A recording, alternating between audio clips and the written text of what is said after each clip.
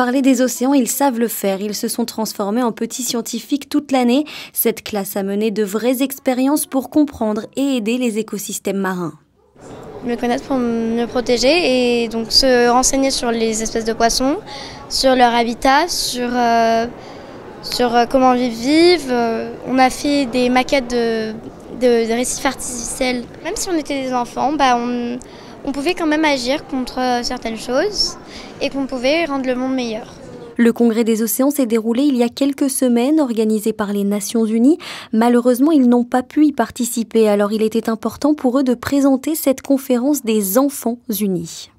Il fallait parler de tout ce qu'on avait fait tout au long de l'année, donc de l'AME et de toutes les choses qu'on avait apprises sous forme de pièces de théâtre et de chansons aussi.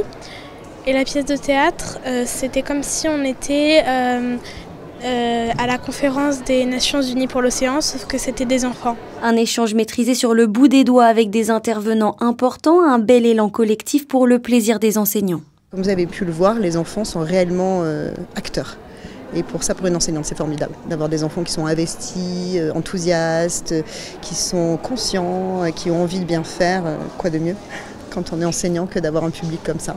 Après 3 années à l'école Saint-Charles, le projet va se diriger vers un autre établissement afin que d'autres élèves de la principauté puissent profiter de cette aire marine éducative.